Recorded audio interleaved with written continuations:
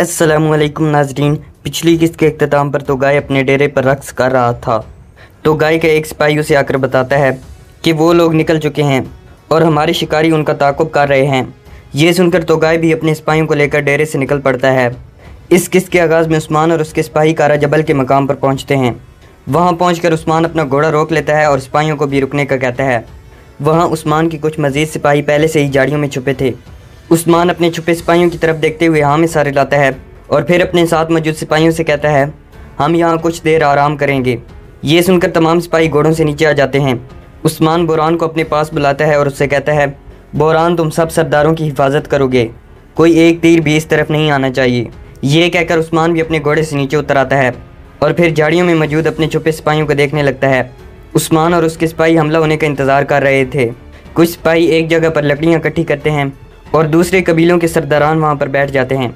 उस्मान अपने भाइयों से कहते हैं, अगर गद्दार दुंदार चचा है तो फिर तो गाय को मालूम होगा कि हमने यहाँ रुकना है, इसीलिए वो लोग किसी भी वक्त हमला कर सकते हैं। गुंदूस कहता है, काई कबीले के सरदार सुलेमान शाह का बेटा और हमारे चचा दुंदार ऐसा कैसे कर सकते हैं। ये सुनकर उस्मान कहता है, अगर दुंदार चचा गद्दार नहीं है तो फिर हम तीनों और बमसी साहिब में से कोई गद्दार है। साउची कहता है, अगर गद्दार हमारे चचा हुए तो मतलब वो मेरे बेटे के कातिल हैं और मैं उनको खुद सज़ा दूंगा। उस्मान कहता है, उनकी सज़ा वाज़ेह है भाई। ये कहकर उस्मान एक तरफ चला जाता है। साउची उस्मान से कहता है, जब आपने उनका गला रस्सी से कसा था तब मुझे आप पर बहुत गुस्सा आया था। मुझे लगा था बगैर सबूत के ये सब करना ठीक नहीं है, लेकिन अगर अब गद्दार हमारे चचा निकले तो मैं खुद अपनी कमान की डोरी से उनकी गर्दन काटूंगा। उस्मान कहता है, अभी ये बात साबित नहीं हुई है भाई, मगर जब दुश्मन यहाँ आ जाएगा तो तब ये बात भी साबित हो जाएगी। साउची कहता है, मुझे डर है कि दुश्मन आएंगे और अगर वो आए तो फिर मैं उनसे पहले निपटूंगा और फिर अपने चचा से हिसाब लूँगा। उस्मान कहता है, हमें यह जल्द ही पता चल जाएगा भाई। दूसरी तरफ मलन और उसके सिपाही जंगल में तोगाय को तलाश कर रहे थे। एक जगह पर पहुंचकर उनके सिपाही को एक तीर आकर लगता है और वो अपने घोड़े से नीचे गिर जाता है। ये देखकर मलन खातून चिल्लाते हुए कहती है, हम पर हमला हो गया है। एक सिपाही कहता है, मलन खातून की हिफाजत करो। इसके बाद वो सब अपने घोड़ों से नीचे आ जाते हैं। इसी दौरान चारों तरफ से मंगोल निकल कर आ जाते हैं और मलन और उसके सिपाहियों को घेरे में ले लेते हैं। मंगोलों ने मलन और उसके सिपाहियों को अपने तीरों के निशाने पर रखा हुआ था। मंगोलों के दरमियान मलन को तोगाय नज़र नहीं आता तो मलन ऊंची आवाज़ में कहती है, तोगाय कहाँ है। इसी दौरान तोगाय एक तरफ से निकल कर आ जाता है। मलन तोगाय को देखकर उसे लानती काफिर कहती है। तोगाय कहता है, तो तुम इंतकाम लेने आई हो मलन, तुम्हारी खूबसूरत आंखों पर पर्दा पड़ा है। तोगाय कहता है, मैं जानता था कि तुम मेरे पीछे आओगी। इसके बाद एक फ्लैशबैक सीन दिखाया जाता है। पैथरोस और सेम्यून तोगाय के डेरे पर आए हुए थे। पैथरोस तोगाय को एक खत देते हुए कहता है, ये दुंदार साहिब की जानिब से आया है। सेम्यून कहता है, दुंदार को लगता है कि उस्मान उसे मारना चाहेगा क्योंकि उस्मान उसका राज फाश करने की कोशिश कर रहा है। पैथरोस कहता है, दुंदार को लगता है कि उस्मान ने तुम्हें पकड़ने के लिए जाल बिछाया है। खत पढ़ने के बाद तोगाय कहता है, उस्मान मुझे जाल में फंसाना चाहता था, यानी अगर मैं जाल में फंस जाता तो दुंदार का राज फाश हो जाता।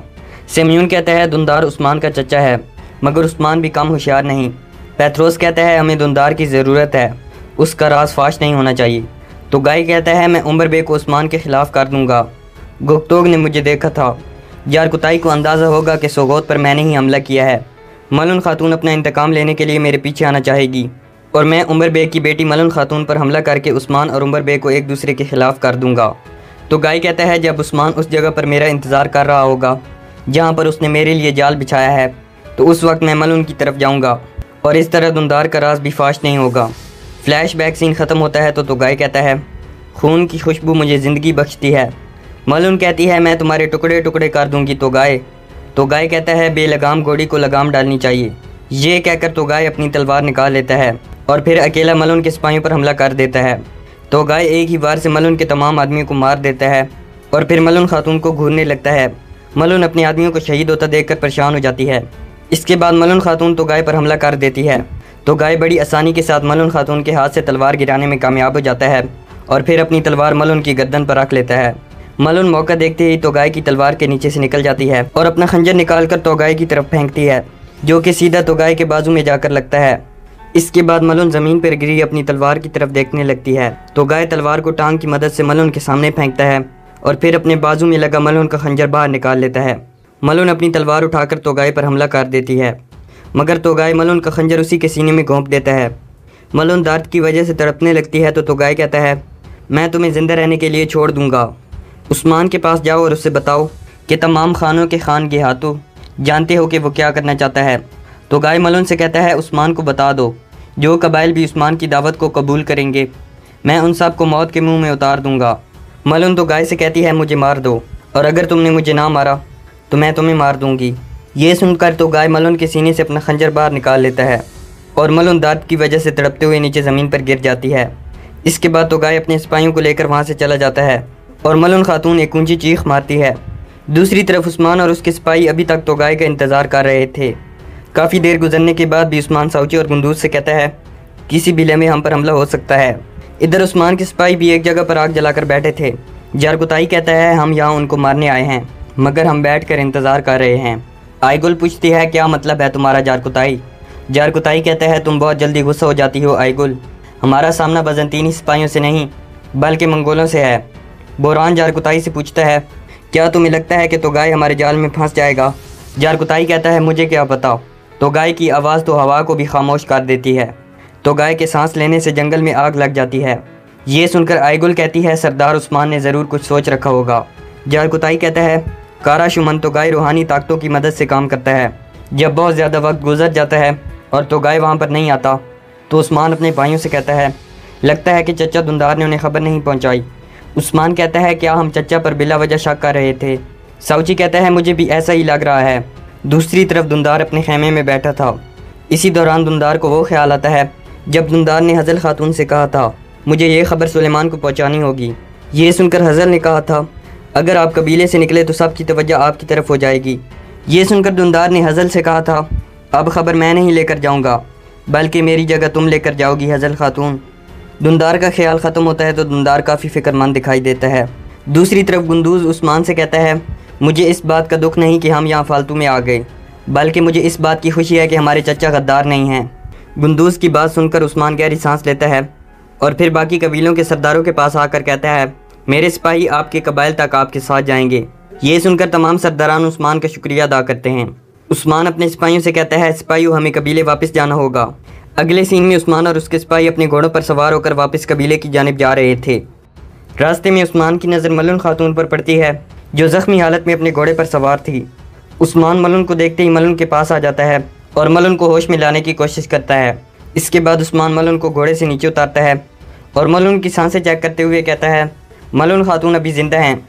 मलन खातून को जब होश आता है तो उस्मान मलन खातून से पूछता है, आपके साथ ये सब किसने किया है मलन? मलन कहती है, तोगाई ने मेरे सिपाहियों को मार डाला उस्मान। साउची कहता है, तो तोगाई मलन खातून के पीछे चला गया था। गुंदूज़ कहता है, इसका मतलब है कि हमारे चचा गद्दार नहीं हैं। उस्मान सल्तूक सिपाही से कहता है, जारकुताई से कहो तोगाई का पीछा करे। इसके बाद उस्मान और उसके सिपाही कबीले पहुँच जाते हैं और उस्मान मलन खातून को उठाकर शफा वाले खेमे में लाता है। इसी दौरान बाला वहाँ आती है और वो उस्मान को मलन की मदद करते हुए देखकर हसद महसूस करने लगती है। उस्मान बाला से कहता है, बाला मलन का बहुत खून बह गया है, जल्दी से हमारी मदद करो। ये सुनकर बाला मलन के ज़ख्म से खून रोकने लगती है। उस्मान मलन खातून से पूछता है, तोगाई ने आपको क्यों नहीं मारा? मलन कहती है, तोगाई ने मुझे इसलिए ज़िंदा छोड़ा ताकि मैं आपको उसका पैगाम पहुँचा सकूँ। उस्मान पूछता है, कौन सा पैगाम? मलन कहती है, गिहातू जानता है जो आप कर रहे हैं। गिहातू ने कहा है कि जो कबीला उस्मान की दावत कबूल करेगा वो उस कबीले को मौत के घाट उतार देगा। दूसरी तरफ तोगाई के डेरे पर तोगाई का एक आदमी ढोल बजाकर रक्स कर रहा था।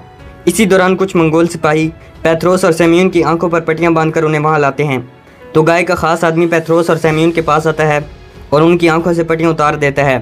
पैथरोस हैरानी से इधर उधर तोगाई को देखने लगता है मगर तोगाई उसे कहीं नज़र नहीं आता। पैथरोस हैरान होकर तोगाई के आदमी से पूछता है, तोगाई कहाँ है? तोगाई का आदमी नीचे ज़मीन की तरफ तोगाई की तलवार की तरफ इशारा करता है। ये देखकर पैथरोस और सेम्यून नीचे ज़मीन पर देखने लगते हैं। इसी दौरान तोगाई मिट्टी के अंदर से अपना हाथ निकालता है और अपनी तलवार उठा लेता है। ये देखकर पैथरोस और सेम्यून डरते हुए पीछे हट जाते हैं। इसके बाद तोगाई उठ खड़ा होता है और मिट्टी से बाहर आ जाता है। तोगाई अपने दोनों हाथ फैलाते हुए कहता है, अली खान अपनी रूह की मुझसे बात करवाओ।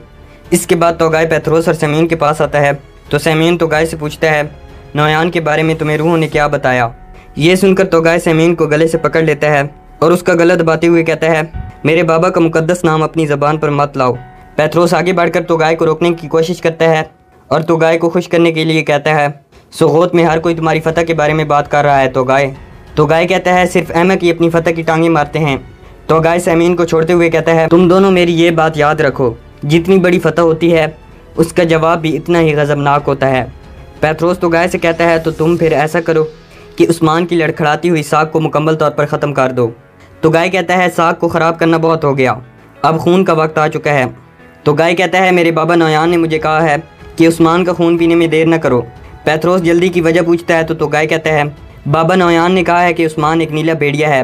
नीला भेड़िया वो होता है जिसका रंग आसमान की तरह होता है। ओगोज़ खान ने भी उसी नीले भेड़िए का जिक्र किया था जो हज़ारों सालों में एक बार आता है। जब ये नीला भेड़िया अपने झुंड में शामिल होता है तो ये अपने झुंड के लिए ताकत, असूल और खुशहाली लेकर आता है। तो गाय कहता है मेरे बाबा के ज़रिए बात करने वाले अक्लमंद शिमन ने मुझे बताया है कि उस्मान एक नीला भेड़िया है। ये कहते हुए तो गाय की आंखें नम हो जाती हैं। तो गाय कहता है उस्मान अब मेरे पूरे रेवड़ पर हमला करेगा, वो सिर्फ मुझे मारना चाहेगा और मुझे उससे पहले हरकत में आना होगा। पेत्रोस कहता है तुम्हारे रेवड़ को ताकतवर बनाने के लिए मैं तुम्हें एक पेशकश देने आया हूँ। तो गाय पूछता है कैसी पेशकश? पेत्रोस कहता है मैं एनागोल किले का गवर्नर निकोला तुम्हारे हवाले कर सकता हूँ। ये सुनकर तो गाय सोच में पड़ जाता है और यहाँ पर इस एपिसोड का इख्तिताम हो जाता है।